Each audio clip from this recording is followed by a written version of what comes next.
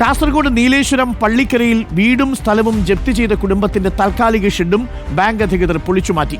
പള്ളിക്കര മുണ്ടേ മോഡിലെ പത്മനാഭൻ ദേവി ദമ്പതികൾ താമസിച്ചിരുന്ന താൽക്കാലിക ഷെഡാണ് ബാങ്ക് ജീവനക്കാർ ഇന്ന് പൊളിച്ചുമാറ്റിയത്. 2023 വീടും സ്ഥലവും യൂണിയൻ ബാങ്ക് ജപ്തി ചെയ്തത്. 2023 വായ്പാ തിരിച്ചടവ് മുടങ്ങിയതിനെ തുടർന്നാണ് വൃദ്ധ ദമ്പതികളെ യൂണിയൻ ബാങ്ക് പെരുവഴിയിൽ ഇറക്കിയത്. പിന്നീട് 2 വർഷത്തോളം ദമ്പതികൾ വീടിന് സമീപത്ത് ഷെഡ് കെട്ടിയായിരുന്നു താമസം. ഈ ഷെഡാണ് ബാങ്ക് അധികൃതരെത്തി പൊളിച്ചുമാറ്റിയത്. ജപ്തി നടപടി പൂർത്തിയായതോടെ വീട്ടിൽ സെക്യൂരിറ്റി ഏർപ്പെടുത്തിയിരിക്കുകയാണ് യൂണിയൻ ബാങ്ക്. ദമ്പതികളുടെ വസ്ത്രങ്ങൾ ഉൾപ്പെടെ സെക്യൂരിറ്റി ജീവനക്കാരൻ കത്തിച്ച നിലയിലാണുള്ളത്. ഇനി എങ്ങോട്ട് പോകുമെന്ന ആശങ്കയിലാണ് വൃദ്ധ ദമ്പതികൾ. ഉടനെ കഴിയണം, ഇടാൻ പാടില്ല, ഞങ്ങളെ അധീനത്തിൽപ്പെട്ടതാണ്, അതുകൊണ്ട് ഇവിടുന്ന് വിട്ടു പോകണം എന്ന് പറഞ്ഞു. 2015 കല്യാണ ആവശ്യത്തിനായി മകളുടെ പേരിൽ കുടുംബം വായ്പയെടുത്തത്. 16 ലക്ഷം രൂപ വായ്പയെടുത്തതിൽ നിന്നും 13 ലക്ഷം രൂപ തിരിച്ചടച്ചു.